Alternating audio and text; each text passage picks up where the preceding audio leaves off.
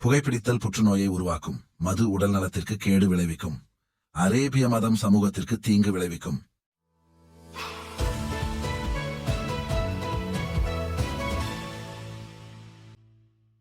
ஈமான்தாரிகளுக்கான பரிசு திட்டம். இஸ்லாத்தில் நபிவழி குடும்பவியல் சுன்னா என்று மௌலவி கும்பல் உருட்டு என்று உருட்டுவார்கள். ஆனால் நூற்றுக்கணக்கான கேள்விகளுக்கு பதிலில்லாத நிலையில்தான் முஹம்மதின் இஸ்லாம் இருக்கிறது. முஹம்மதின் பெயரால் லட்சக்கணக்கான ஹதீஸ்களை எழுதி குவித்தும் அடிப்படையான விஷயங்களுக்கு அதில் பதிலில்லை.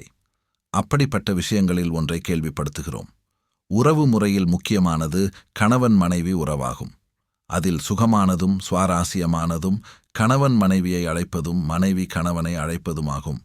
இங்கே கணவனை மனைவி டார்லிங் டியர், அத்தான் மாமா, என்னங்க இன்னும் சில செல்ல பெயர்களை வைத்தும் அழைப்பார்கள். வாடா போடா என்றும் சிலர் பெயர் சொல்லியும் அழைப்பார்கள். அந்த காலத்தில் இந்தியாவில் கணவனை சுவாமி என்று அழைப்பார்களாம். இன்று பெரும்பாலான குடும்பங்களின் கணவனை ஏங்க என்னங்க என சுருங்கிவிட்டது. அதேபோல் கணவன் மனைவியை மேற்படி அழைப்பின் வடிவத்திலேயே தொடர்கிறது. இது பொதுவாக அழைக்கும் முறையாகும். நாங்கள் எழுப்பும் கேள்வி: இஸ்லாத்தில் நபி வழியில் கணவனை மனைவி எப்படி அழைக்க வேண்டும், மனைவியை கணவன் எப்படி அழைக்க வேண்டும் என்ற வழிகாட்டியை முஹம்மது வரையறை தந்துள்ளாரா? வஹியை சுமந்து ஜிப்ரியல் வந்தாரா?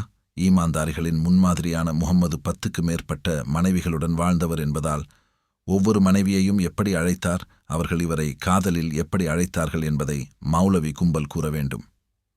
முஹம்மது தன்னை இறைத்தூதர் அறிவித்துக் கொள்ளும் முன்பு 15 ஆண்டு காலம் கதீஜா முஹம்மது தம்பதியர்களாக வாழ்ந்து வந்துள்ளார்கள். முஹம்மதை கதீஜா எப்படி அழைத்தார், கதீஜாவை முஹம்மது எப்படி அழைத்தார் என்பதை மௌலவி கும்பல் கூற கடமைப்பட்டவர்கள். முஹம்மது மூமீன்களுக்கு உச்சா பேய்வதற்கு கற்றுக் கொடுத்தார், மயிரை சிரைக்க கற்றுக் கொடுத்தார், படுத்து தூங்க கற்றுக் கொடுத்தார் என்று கம்பி கட்டும் கதையை சொல்லும் மௌலவி கும்பல் இதற்கு ஆதாரபூர்வ பதிலை சொல்லி பரிசை வெல்லட்டும்.